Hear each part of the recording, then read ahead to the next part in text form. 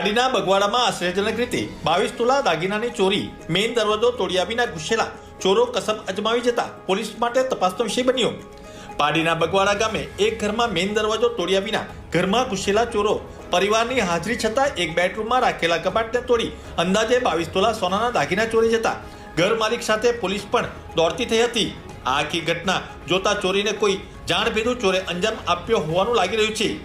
મળતી માહિતી મુજબ પાડીના બગવાડા ખાતે હાઈસ્કૂલ સામે રહેતા અને વ્યવસાયે ટ્રાન્સપોર્ટનું કામકાજ કરતા દિનેશભાઈ છગનભાઈ સોલંકી ગત તારીખ 5 જૂનના રાતે તેમના ઘરે એક બેડરૂમમાં સૂતા હતા અને તેમના ઘરનો એક બેડરૂમ બંધ હતો, જે બેડરૂમને કોઈ તસ્કરોએ નિશાન બનાવ્યું હતું અને બેડરૂમમાં રાખેલા કબાટનો સ્લાઇડિંગ દરવાજો આખો છૂટો પાડી દઈ કબાટમાં રાખેલા સોનાની ચેન, બ્રેસલેટ, બંગડી સહિતના ઘરેણા અંદાજે 22 તોલાની ચોરી કરી તસ્કરો પલાયન થયા હતા. બીજા દિવસે જ્યારે બેડરૂમ જોતા દરવાજો તૂટેલો અને તેનો સર સમાન વેરવિખેર જોતા તેઓ અચંબામાં પડી ગયા હતા અને ચોરી થયાનું તેઓને જે તે દિવસે માલુમ તો થયું હતું, પરંતુ ચોરોએ ઘરમાં પ્રવેશવા માટે ઘરના આગળ પાછળના બંને મેઇન દરવાજા તોડ્યા જ ન હતા, જેથી ચોરો કઈ રીતે ઘરમાં ઘૂસ્યા હતા જે તપાસનો વિષય બન્યો હતો.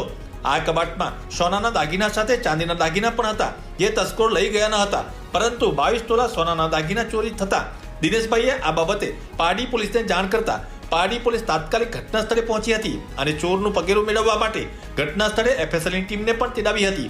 આ સમગ્ર ચોરીની ઘટના જોતા કોઈ જાણભેદુ ચોરોએ ચોરીને અંજામ આપ્યો હોવાનું હાલ દેખાઈ રહ્યું છે. જોકે આ ચોરીની માહિતી શુક્રવારના રોજ બપોરે 2 કલાકે મળવા પામી હતી.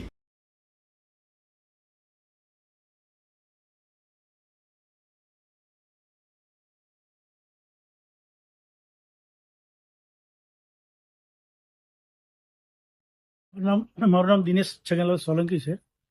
મારી ઘરે 5 તારીખની સાંજે આવીને સૂતો 9 વાગે, પછી રાત્રે અજાણ્યો ભેદુ રાત્રે દૂરથી બેના ગાળામાં મારી ઘરે ઘૂસી ગયા ને મારી મિસિસની રૂમ ખોલી ત્યાંથી એ લગભગ 20-22 તોલા સોનું લઈને ફરાર થઈ ગયા છે.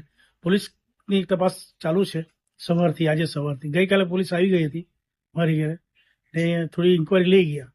આજે બધી એફએસએલ પોલીસ ડીવાયએસપી બધા આવી ગયા આપણી ઘરે ને બધી ઇન્કવાયરી ચાલુ છે. 8-10 છોકરાને બોલાવ્યો ગામથી, તેને બી બધી ઇન્કવાયરી ચાલુ કરી છે.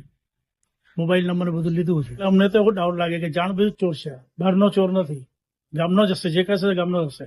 આઈ થિંક અમારા પછાડના રસ્તે ઘૂસ્યો છે, પાછલું બાંડું ખોલીને પછાડી ઘૂસ્યો છે.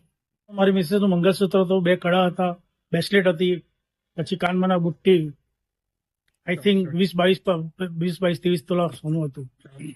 ના, ચાંદી બધું મૂકી, ખાલી ઓનલી સોનું લઈ ગયા ને એક 10નું બંડલ હતું મારું રોકડું નવું, એ લઈ ગયા છે 1500 રૂપિયા. પોલીસ તો અમને આશ્વાસન આપી ગયા છે કે ભાઈ અમે કોઈ પણ હિસાબે આ જે હશે વ્યક્તિ આરોપી એને આપણે પકડી લેશું.